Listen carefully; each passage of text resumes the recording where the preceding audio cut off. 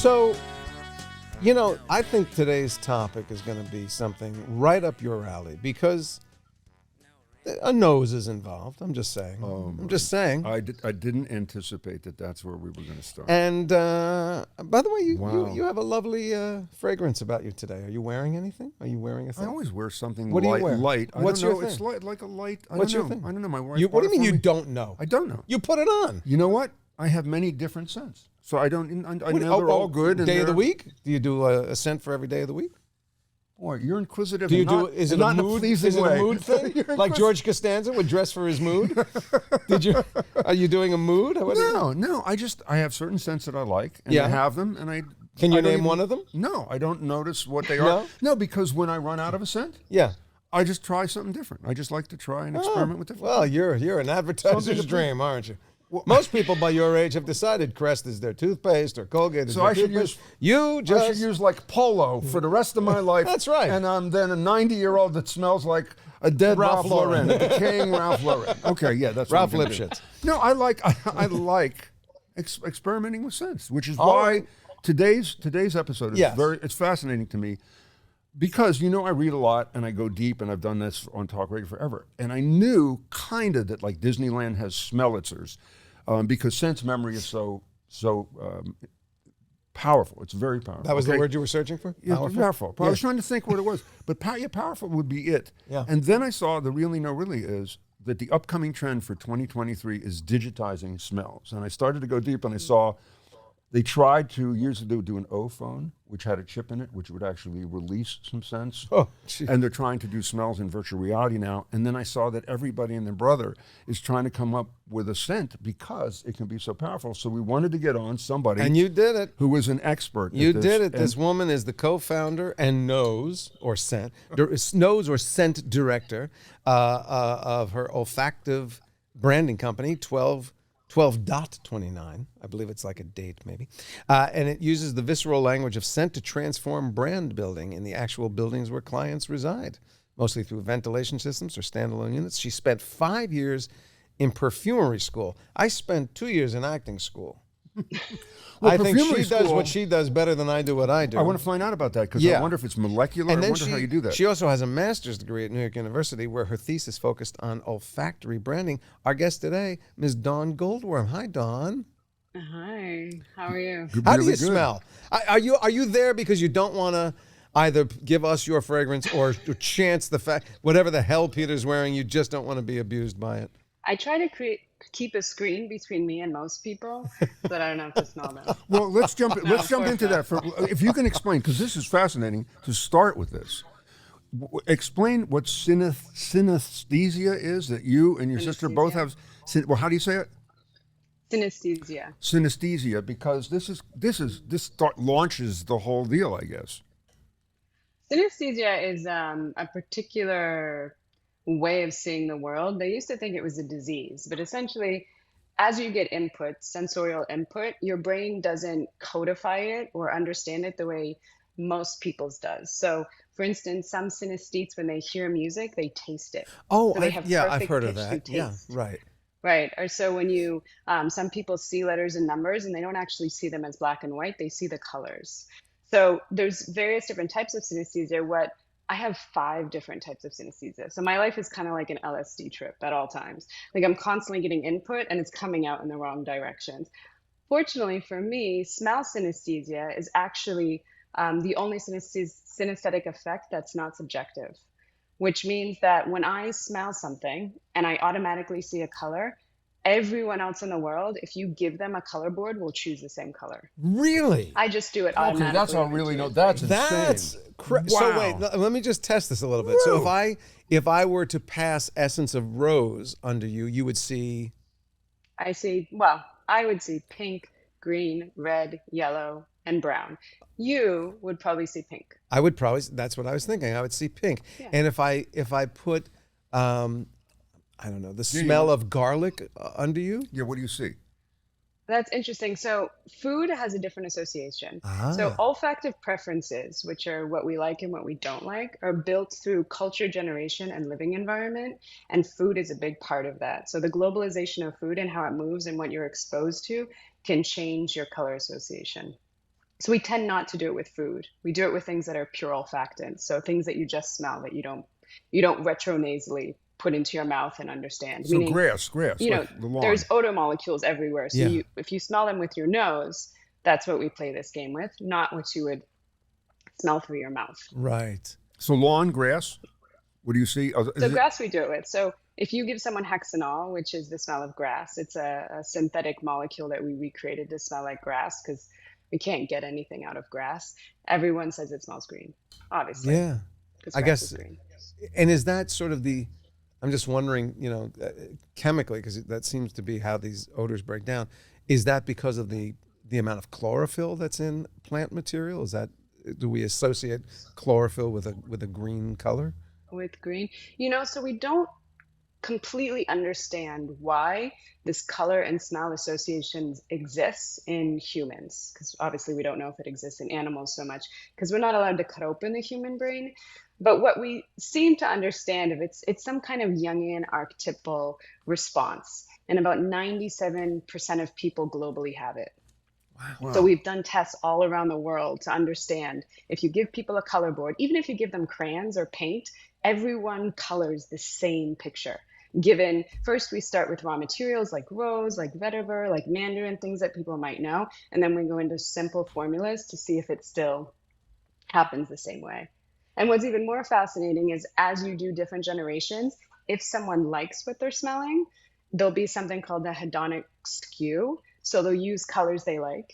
And with Instagram and Facebook and phones, people use more blue and purple just because they like blue and That's purple based on social wow. media. You know what that reminds me of, Peter? There's a great video online of Bobby McFerrin at a conference in front of an audience, and he is jumping in a spot, and he goes bum, bum, bum, and the audience goes along. Every time he jumps, they go bum, bum, and then he jumps to a different spot to his right, and he goes bum, bum, bum, bum, and the whole audience goes bum, bum, bum, bum. Wherever he jumps, they got it, and then all of a sudden he'll jump to his left, and the whole audience spontaneously goes bum. Whoa.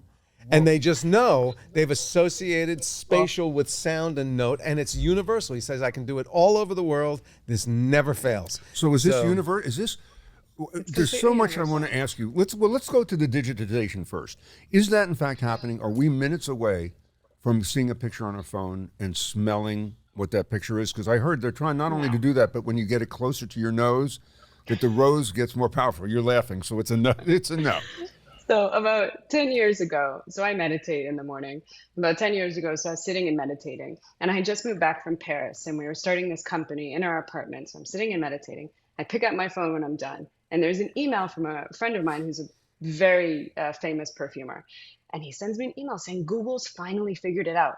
Google Knows is launching now. And I run to my computer in the living room and I'm trying to download it on my phone. It's not working. I'm not really good with tech, but I'm trying to download it on my screen and I'm going like this and I'm trying to smell the screen. And my sister comes in, my identical twin sister, who I started the company with. She's like, what are you doing?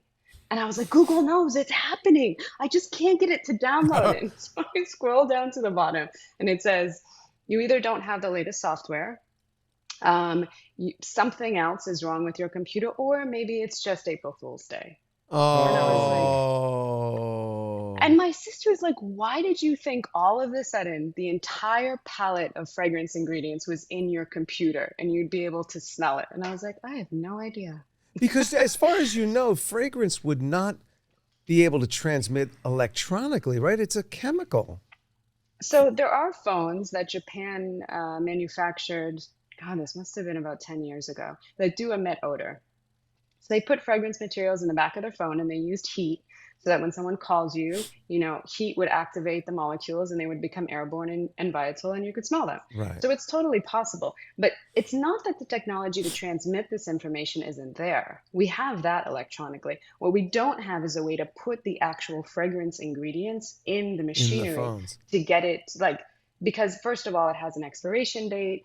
It's delicate, it's sensitive. Like, what levels would we put it at? Which chemicals do we feel are safe in the hands of consumers? We're not even close. Wow. So aside from that, part of this was about the fact that the New York Times has said that more and more industries that you would never suspect would be using scent or using scent marketing. And I couple that with all these stories that I read in doing prep that scent is so powerful that it can help customers, it can increase customer spend by 20%. Sometimes I've read about food markets that pipe at a gas station, piped in coffee smell and took their coffee sales up 300%. But the weirdest one for me was shoe department. They tested shoes in one room and another, one with scent and one not. And the amount of people that actually purchased the shoes in the scented room was through the roof. The number was insane. Is that accurate? Is that storytelling? So we don't do hard ROI testing, meaning that we don't tell you based on such and such factors that your percentage of sales will go up. But what we do test is loyalty. So when we work with a brand versus an unscented environment, and then when it becomes scented, the way we test loyalty is people start coming and asking. They said, I've been here a few times and I just love the experience I'm having and it smells so good. Can I bring that home? And then you start getting asked over and over again, can I bring the smell home? Can I bring the smell home? And we work with banks. If someone wants to bring the smell of a bank to their house, I think you did a good job. You're sitting in your living room, somebody else make a deposit. Bank in their living room. Wow. But you also, did I read that you helped Nike develop a signature scent for their stores? We did. We worked with Nike for many years pre-COVID. And that was incredible because, going back to olfactive preferences, Nike is, arguably the biggest brand in the world, if not one of the biggest. So their target market is huge. How do you create a scent for everyone in the world? And so I looked at their target profile and I said, okay, what combines all of these different groups of people from feet, my sister's son to my grandmother to guys that go to the gym to skateboarders, like everyone all over the world. And what it was through sport. And so we did the smell of a soccer cleat and dirt. There was a dirt molecule, a grass molecule, the smell of the shoe. We did a basketball as it gets oily from your hand. Do you remember that smell? Yeah. Oh, yeah. The smell of a basketball sneaker as it skids on the basketball court. That sound has a very specific smell. When you work out at the gym, your sweat mixed with the rubber that they use on those machines.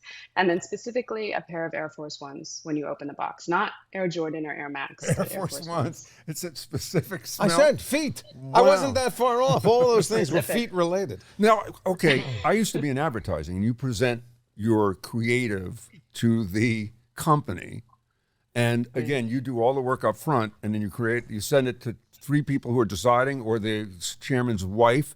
It's really subjective. So you may have done the right work.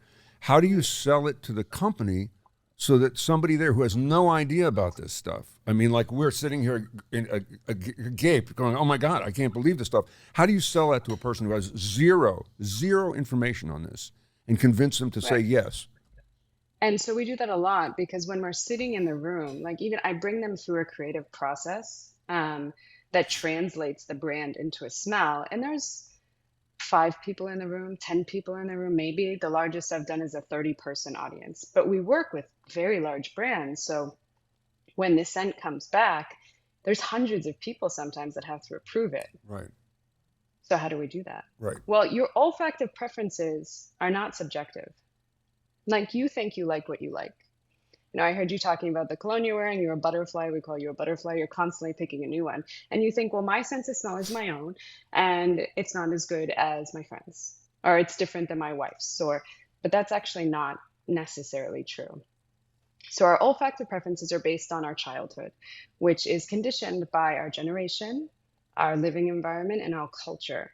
And then there's so many smells within those first 10 years of life, from laundry detergent to floor cleaners to perfume that's around you to food to childhood toys, suntan lotion, baby products. All of these smells build your olfactive memory, which houses all of your emotions as well. So they become all linked together to create your idea of the world for the rest of your life. And that's what we tap into when we create a smell for a large group of people. And so everyone that smells the scent of Nike, for instance, not only do they know it's Nike now, but everyone that had to approve it was like, oh yeah, this is what we smell like. Wow. I heard you say in a TED Talk that babies in utero can smell the food their mothers eat. Isn't that amazing? And is that, so I guess that's part of that building of preferences and emotional and responses. Well, if your mother eats a lot of onions, then you tend not to like onions when you get out. But yeah. When you get out, she I love this. overdoses certain foods. Wow. Are you, Dawn, so I'm sure you've seen these people.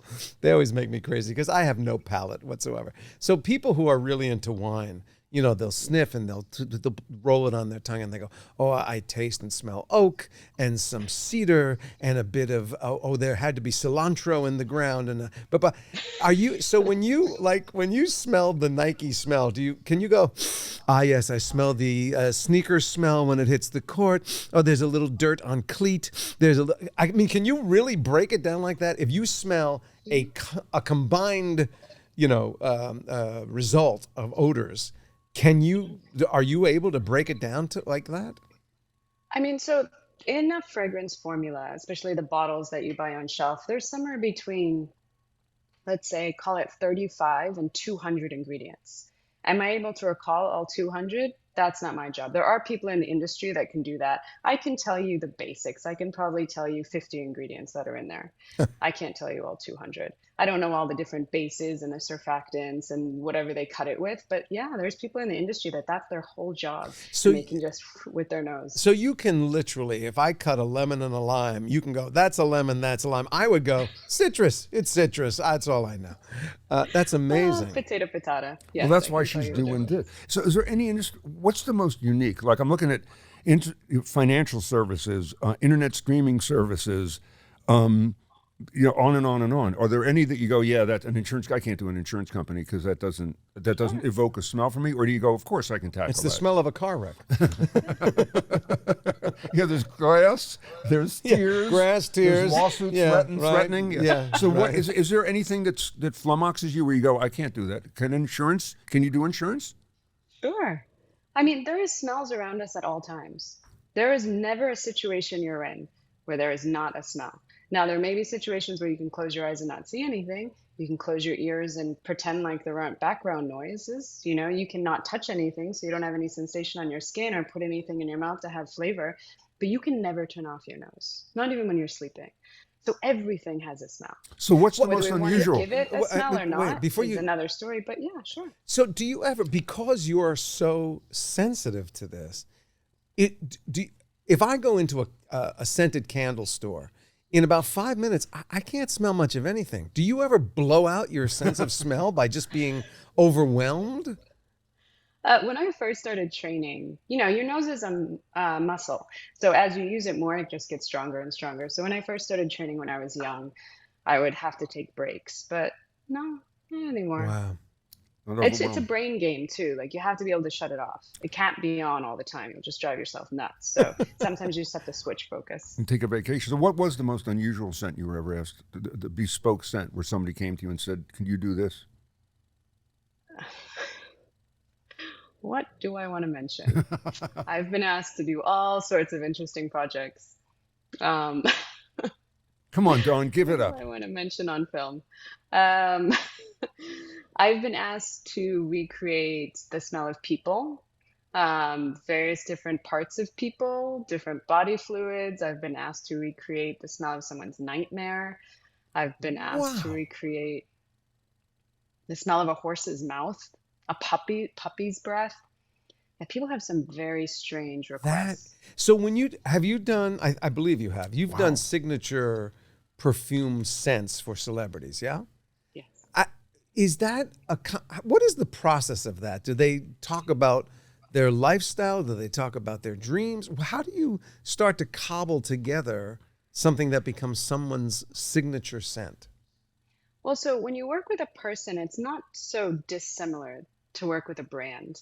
It's just people are a little bit more complex because they're not manufactured as such to communicate as easily. And so when you're sitting down with a celebrity and you ask them, you have to get to the essence of who they are. And depending on what they do for work, sometimes that's a way in. So when I worked with Lady Gaga, I asked her about her music. I said, "What does your music look like? What's the color? What's the shape? What's the temperature? How does it flow? If I had to draw your music, what would it look like? What is the emotion? How do you want people to feel? What does it mean to you when you're creating your music?" So you go into this, it's really a psychological, I don't want to say test, but it's a psychological process to really understand the essence of them so you can translate into a smell. And did she? Okay, so when you did that for her, did she immediately, your first result that you gave her to sample, did she go, you got it, I get it, this Well, feels so I was comfortable? working, yeah, I was still in-house at Coty at the time, and they had me work on a variety of directions before I met her. So I brought a bunch of directions, and she wasn't into any of them. And so I asked her this process. I started asking her all these deep questions about herself. And then I left for a month, and I came back with two directions, and she couldn't decide which one she liked more. Wow. She was like, "Oh But my God, am I this one? Am I this one? Am I this one?" And she was obsessed with both of them. It's her translated into a smell without giving you like the whole process. sure, It's yeah, yeah. just, But is it? yeah. I would imagine that once you create a fragrance like that, doesn't it smell different on every person that uses it because their own natural odors change the scent? Sometimes yes, and sometimes no. So depending on the molecules we use, so molecules are like balloons, right? So do you remember like basic chemistry from high school? No, Yes, So but just know that I got a C minus in it. Yeah, and I But was sleeping. finish your thought by all means. like a quick refresher. So molecules have weight, right? And so odor molecules, think of them like balloons. So the ones with the most air kind of float on top and float away the fastest. The ones in the middle have a little bit less air, so a little bit denser. And then the heaviest molecules have the least amount of air. They're like really dense Right. balloons. So this is the way that fragrance ingredients work on your skin. And so when we put alcohol in it, it kind of works like air to push these molecules away, which is why you get the fragrance coming off your skin Right. and a sillage behind you, or a trail behind you, if you will. And so if we use very light molecular weight fragrance materials, then they're more susceptible to other odors that are present on the skin. If we use heavier molecules, like leather or amber or woods, then they sit on the skin longer and they can cover other odor. So, everyone has different skin: thin skin, thick skin, dry skin, oily skin, dark skin, light skin, and that can affect fragrance entirely if the formula isn't created for all of those different people. But you can create a formula that stays pretty persistent and unchanged across many different types of skin if you want. Like for instance, Le Labo, Santal 23 or 33, it's called now. Everyone knows what that smells like. It's a cult fragrance or Angel is another one, or Opium, or these fragrances that if you smell them in the street, they smell different no matter who they're on. And Peter, It's are you because of using the any of those? molecular I am makeup. not using. Are you sure? I'm using real opium. You don't know what I've you're rubbed using. on real You're just opium on my rubbing. body. You're just. Do you have a signature scent that you like to wear for yourself? I do, yeah. Do you what share? smell Do you like? want to Yes. share that? What would you smell like if you were in the room? Would we say, wow? If you were here, what would I be picking up at this point? So I wear a perfume that a perfumer friend of mine made. It is a combination of musk, animal notes, vanilla, and pepper. And does your identical twin sister, does she wear the same thing? No, No, that would no, be no, no, no. crazy. She also eats meat, so her skin Sure. smells very Oh, different than she's mine. a meaty. Yeah, wow. I get it. And you're a I know. I pescatarian get or it. vegan. Okay, so if memory is that powerful, more powerful than recall, when I was prepping this, I thought, then why don't they use it in court? Why don't they use it in trials to recall stuff that happened if it's more accurate? Is that even a possibility, or is that insane? Absolutely. I mean, so the way that olfaction works is you have kind of a direct expressway into the brain. So if you see something, the sensorial information has to go through so many different pathways to get to the part of the brain that actually dissects and breaks down the information so you can understand the input that you just got. But olfaction or smell, it goes right to the center of your brain that deals with emotion and memory. And so there's no rationalization, there's no deductive thinking, there's no problem solving that happens. It's just a pure experience, a pure response to whatever odor or stimuli that you had. So yes, they could absolutely do that. I just don't think they're prepared to. There have been studies done where someone gets into an accident, a motorcycle accident, let's say. They're in the hospital and they're in a coma, or they wake up and they can't speak. And then they'll give them smells of tar, of burning rubber, of blood to try to get them to almost recreate the experience to jolt them back into consciousness, and it works. Well, to that effect, We just don't have the tools in hospitals to do it. I would imagine then, is anybody doing for patients that are suffering from dementia or to heal somebody? Are they currently using olfactory science to try and address that?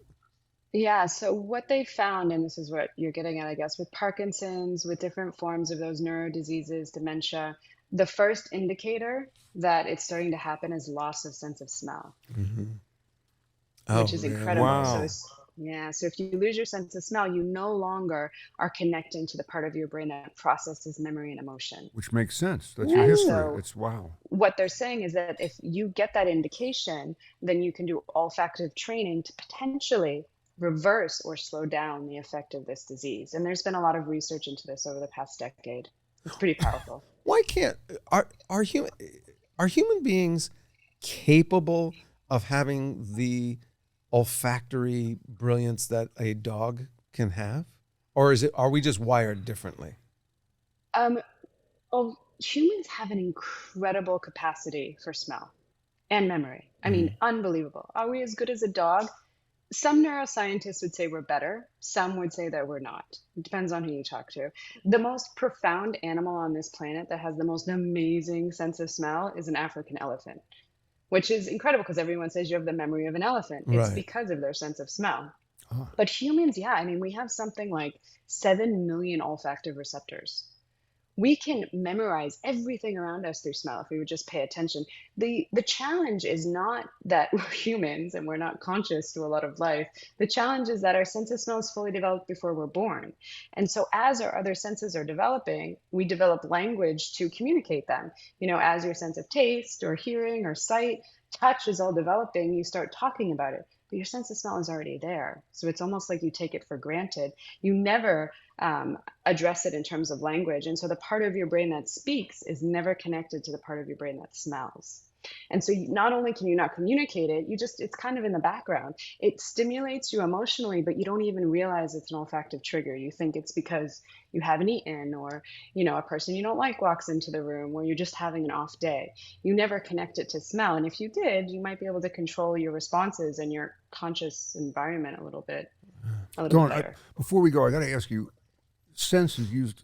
Scents are also used for to enhance performance. Do people come to you and say, "We want to increase productivity. What scent can you pipe into this building through the HVAC to make people more productive?" They do. Yes. You know, there's a fine line between working with brands and helping them increase loyalty, helping people feel safe within different environments or comfortable or joy, which is my favorite thing to do with kids and making people happy through smell. But, you know, there's a line where it can be a little bit manipulative, and I try not to cross that But it line. So really, if you want your employees to be more productive, maybe you should incentivize them more. it is. But you're saying there is that potential. Someone could do that. Oh, absolutely. Yeah. And conversely, because I know, or at least I think I know, that the military at some point, and maybe they still are, was playing with a scent weapon, some sort of smell that could be projected that was supposedly so terrible it would incapacitate anybody. And I wonder about the ethics behind something like that. I don't, you know. So I can tell you a story from World War II. Mm-hmm. The Defense Department thought they were clever and wanted to create an olfactive weapon, and they did. And they used it, and it did not work. Now, they have olfactive weapons today that 100% do work. Uh-huh. But at the time, and this is kind of funny, they thought if they just sprayed the smell of poop on their enemy, Sure. that they would just go away running. They would be like, oh my God, the smell of poop, and just run away. Now, Americans have a profound reaction to the smell of defecation. Like, we teach children that it's a bad smell. Children don't think it's a bad smell. As you know, when babies are young, they play with it. They think Yeah, it's a good sure. thing that their body's working. But parents say, oh, stinky diaper, this isn't so good. So we condition children to think it's a bad smell. That doesn't happen in the rest of the world. And so no one thinks the smell is bad. And so when the Defense Department said, hey, we're so clever, let's just throw this smell on our enemy, nothing happened. They actually went, oh, how nice. These are Bernie. nicer Okay. people. Bernie, These what are a lovely dumb people. idea. Maybe we shouldn't fight with them. What a dumb idea, Bernie. They just went with that. It is amazing. But fast forward to today, and there are some really powerful olfactive weapons, and it's essentially using the smell of a dead body or a decaying body. It's a universal visceral reaction people have to the smell of a dead body. Most people never experience it in their life, but if you do, everyone reacts the exact same way. I also know anecdotally people who don't seem to smell their own smells. They're not aware that they're, slightly afoul, or they've let a little silent one go, and we're all aware, but they don't seem to be. Well, they're not going to cop to it. Do you become inured to your own stuff, I guess? Is that a thing? You do. So your sense of smell is in the limbic system, which is the oldest part of your brain. And essentially it's responsible for safety. It's responsible for distance. It's responsible for understanding your environment. And if the smells around you, it's like background noise. If the smells around you are safe, there's no indication that there's any danger or that you're sick or that there's something wrong. Your nose just kind of shuts it off. Just like your ears shut off background noise, your nose does the same thing, just a lot faster. And so that's why people can't. I got to wake up their noses. There's something I must do to go, come on, wake up. What are, by the way, before we go, what are I'm looking at a list of the 10 worst smells, and the poo thing was fascinating because, like you said, culturally, it doesn't exist in other cultures. Are there universal bad smells other than that? On this list, there's smoking, smelly feet, farting, human sweat, bad breath, wet dog, baby poo, sewers on a hot day, and juice at the bottom of your trash can. I mean, but they seem kind of random. No. So the only universal bad smell is the smell of a dead body. There is one universal good smell, though, on the flip side. Can I take a bet? I think I know what it is. Do it. I'm guessing if it's universal, it's something like a citrus smell, some sort of orange or lemon kind of thing. Can I say baked bread, like a baked good type thing? That seems possibly universal. Neither. No. So the only universal smell that everyone likes is a chemical called vanillin because it naturally occurs in breast milk. And it's reproduced if someone's bottle fed. And so everyone likes vanilla. Vanilla. But then, may I go there? Okay, vanilla. So please go with this. Let's see if she knows. Okay, let's see if the expert knows we're vanilla. What a way to go out.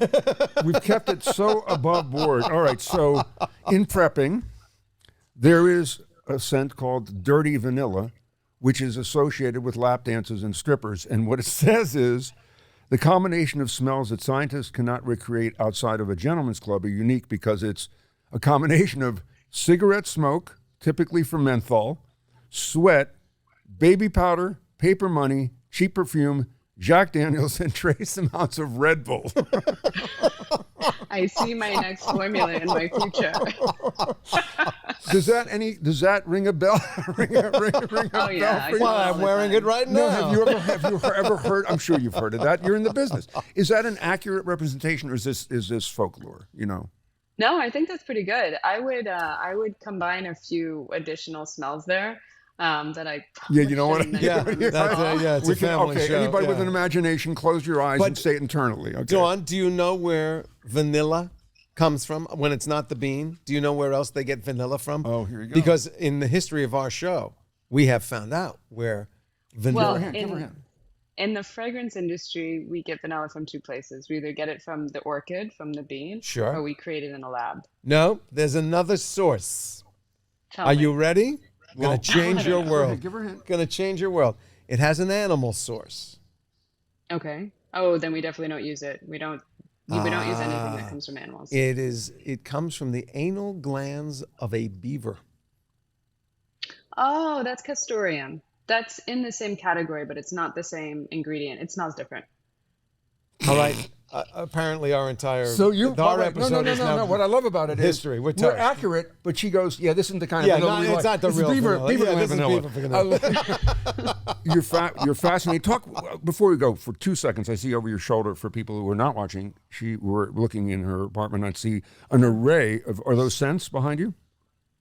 Yeah. This is not the lab. This is just where I evaluate. So when I get samples from the lab and I need to smell. I got it, but you got your kids' book there. So talk real briefly about why you did it. Of all things to do, why a children's book?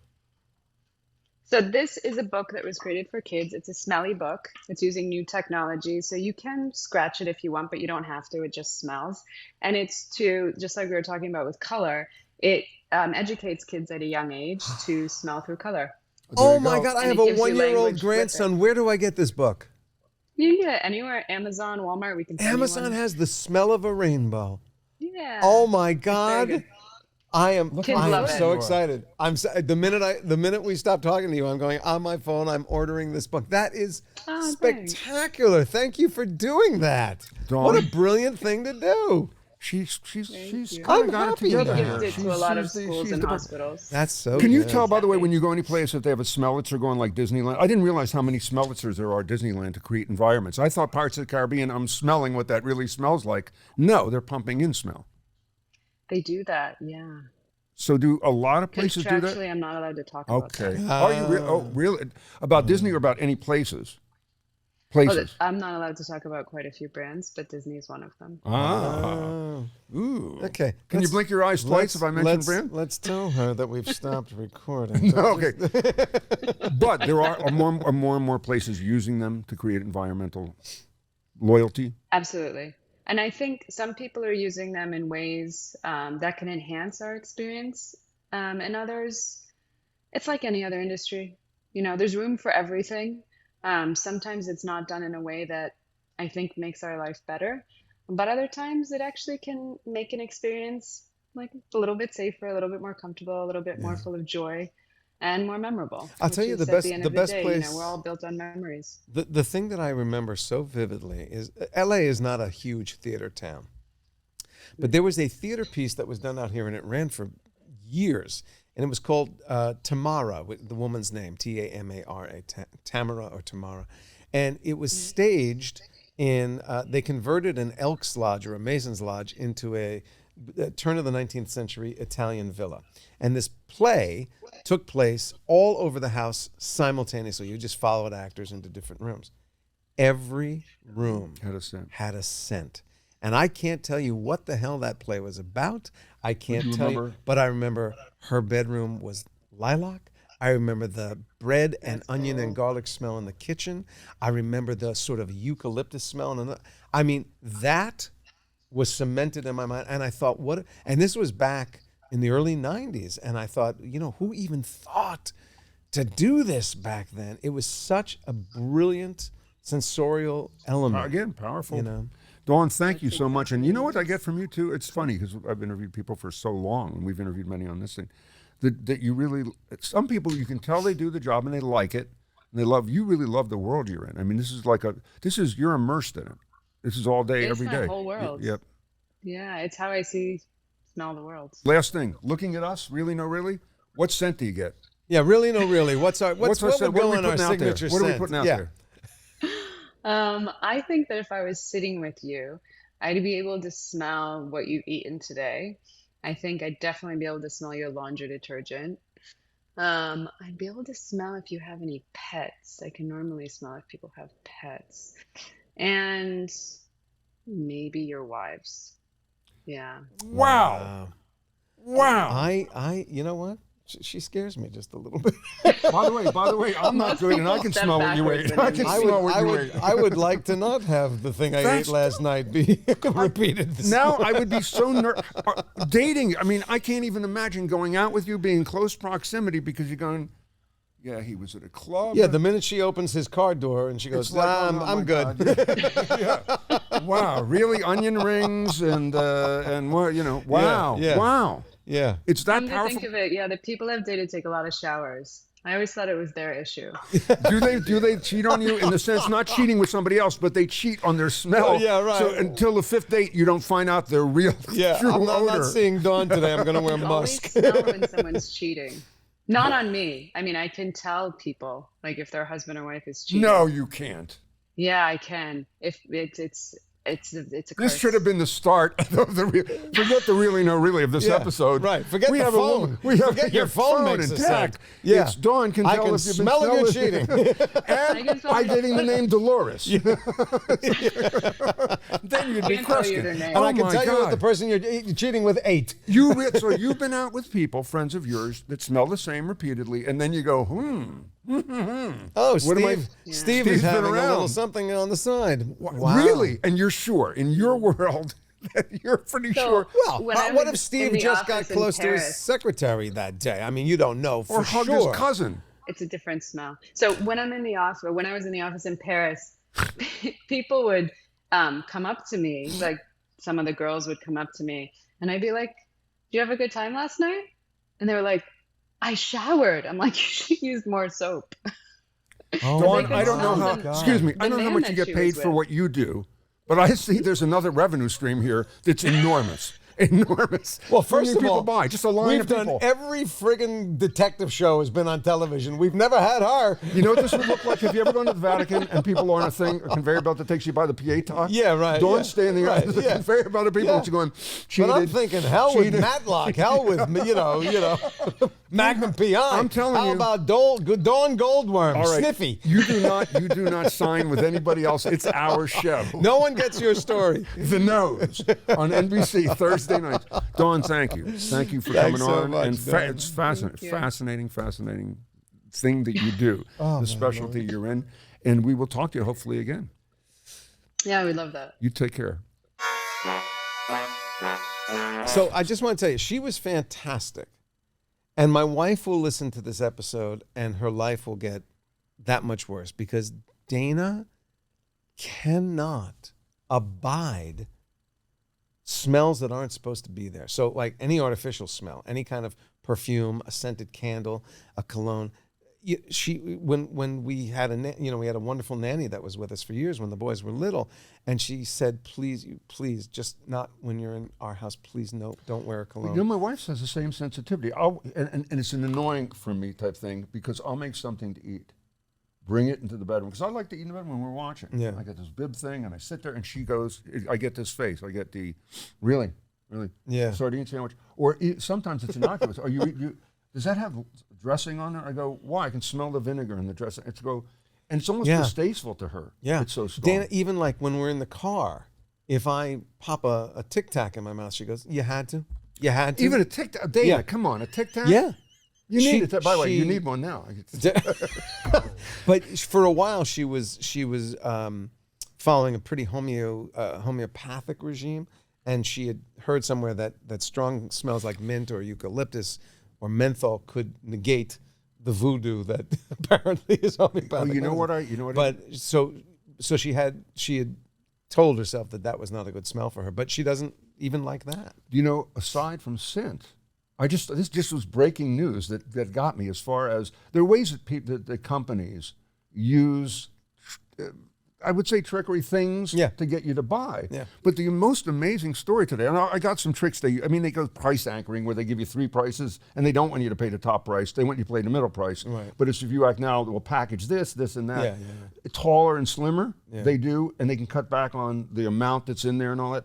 But Walmart just announced, this is wild, for sensibility, you walk into a store, they're pumping music in. Sure. It's the lighting is there to give Yeah. you free sample. Walmart is now changing because they're doing 2 sensory-friendly hours every day, which means all the screens in the store that are showing you moving pictures and stuff Yeah. will now be a static picture.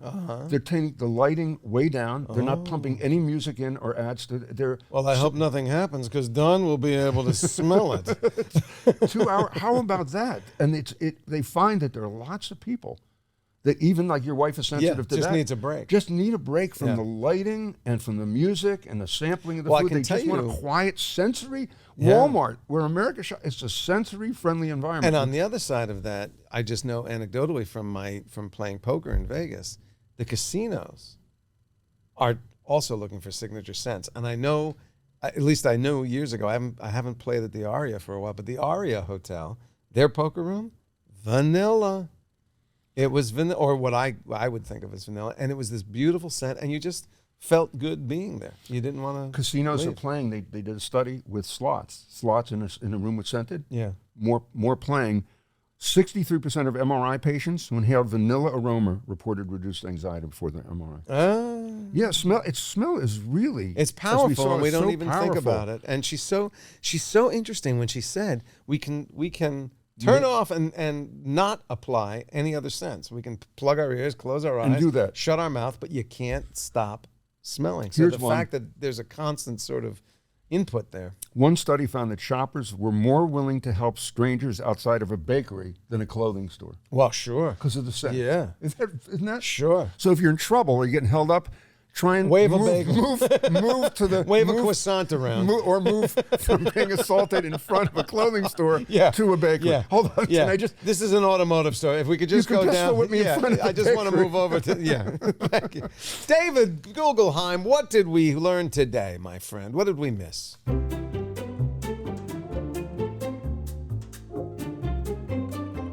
Well, I'm going to be keeping vanilla with me at all times. It's multi-purpose, isn't it? Yeah. What I love is stripper vanilla. Not only wasn't she offended, she knows the sixth sense that we didn't mention. Right, that are yeah, part of right, that, exactly. And you don't want to go there. Yeah. Yeah, what does glitter smell like? I don't know. So I wanted to give you guys an olfactory challenge. I wanted to see All right. how much you know about smells and the science of smells. All right. Really quick one. All right. True or false? True or false? Laboratory mice who have for generations never encountered a cat become fearful when smelling an unseen cat. I believe that's true. That's true. That is absolutely true. Correct. All right. True or false? The planet Uranus, and yes, that is the proper pronunciation. You bet it is. Yes. It is smells like probably- vanilla, by the way. Stripper vanilla. Let's say it. Let's be honest. On a step, it's probably the worst smelling of the 8 planets. Oh, Sure. because please. its Oh. atmosphere is made up mostly of Sulfur or Methane. methane? Methane. Methane. Yeah. there you go. methane. Yeah. True or false? Yeah, true. Yeah, true. Well, no, wait. No, False. it has to be Oh. false. Methane comes from carbon-based life forms. It has to be false. Very look at good. you. Very good, Mr. Yeah. Alexander. Yes, Very yes, yes. False. So the worst False. smelling planet would be. Yeah, ours. Yes.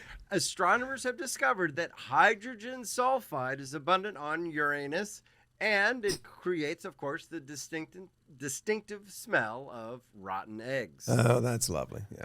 Okay. Now, yes, if you think that one's bad, Yeah. wait for this one. But I do have a palate cleanser coming out. Oh, for thank this. goodness for that, David.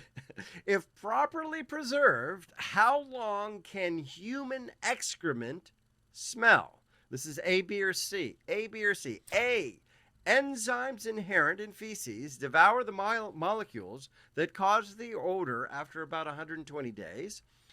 B, given optimal conditions, human excrement can, and being 75% water to 25% solid waste, takes about 20 years for the 100 billion bacteria contained therein to consume the putrid substance. Or C, 700 years. Oh, come on. I didn't think any of that was right. I have shit lying around my house. 3 days later, you can't. I'm going to go with the smallest one. I think it's 100 days or so, whatever you said there. I would say yes because I would enzymes be create- surprised. Yeah. I'd be Yeah. surprised if not. Incorrect. It is C, 700 years. 700 years it'll smell. Archaeologists. Well, then I have to get back to Yellowstone because I've done something really And wait terrible. a minute, hold on. Yeah. we all have on camping trips. But you know what's great for me? That a scientist somewhere went, Yeah. we found 700-year-old, whoa, Oh, whoa, my God. Yeah. Well, that's actually exactly it. Archaeologists excavating a 700-year-old medieval latrine Yeah. in the Danish city of Odense found that the 14th century toilets, which were nothing more than repurposed barrels, Yeah. contained reeking poop. You know Could what's they tell who was having affairs from that? You know what's amazing about that, though? that Well, you it what was a little bit more than that, I'll tell you. But What whatever. that's- Very well, this- exciting latrine. in all seriousness, because I hate to go into the poo here, but you know, it's funny. My wife watches a lot of these, what are they? The British, upstairs, downstairs Sure, stuff, and yeah. castles and medieval castles. Sure. You realize that they had like a room that you went in and Yeah, a whatever, little and pot. in summertime, I mean, Yes. those places must have smelled. Let me tell you something. I took a trip with my family in the Grand Canyon for 8 days where everybody on the rafting trip is going in the same box that you bring with you the whole time because you can't leave anything behind in the Grand Canyon. They set up a little pup tent around it. That is something else. Wow. that is quite an experience. But I just think that is quite a thing. You see the upper class there living that way, but you can imagine the lack of sanitary condition must have been insane. Yeah. All right, give us the palate cleanser, my friend. All right, last one. True or false? We'll make it a little more simple. True or false? Smelling coffee grounds cleanses your nasal palate. Oh, I would imagine that's kind of true. No, only the neti pot cleanses your nasal palate. I would imagine the smell of coffee is a good maybe cleanser. Yeah. False. You know what, David? I know. Even through the screen, I can tell you, you're a stinker. I am a stinker. By the way, this is why you came on to give us. You don't know where I was last night, but Dawn does. You came on. We know. Dawn knows where. Dawn said David, I think, has been. By the way. You come on to give us fake facts. We look to you for information. Right, yes. I give you the information. I give you a little... Yeah, you're right. Yes. I don't mean to be We now know coffee grinds aren't going to cover anything. And I got the solution for you. Yes. For the false. Okay. Dr. Alexis Grafonsky, of Belvoir College Department of Psychology, has scientifically proven that coffee beans do nothing to cleanse or reset your olfactory palate. A more scientific way to do that, smell your own deodorant-free armpit. Sure. You know, they really are pushing science forward at Belvoir University. Yeah, by the way, so Grafonsky, come here. So we gave you $300 million. Yeah. What'd you find? Yeah. You know what? Coffee grinds aren't doing it. What'd you major in at Belvoir? Coffee grinds aren't doing it. $300 million. Okay. You know what? I'm gonna leave something here in your office. They're gonna smell 700 years from now. How about that? Grafonsky, you're fired. You're fired, Grafonsky.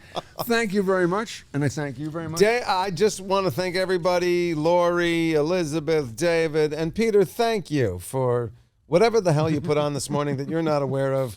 You have a lovely wowee.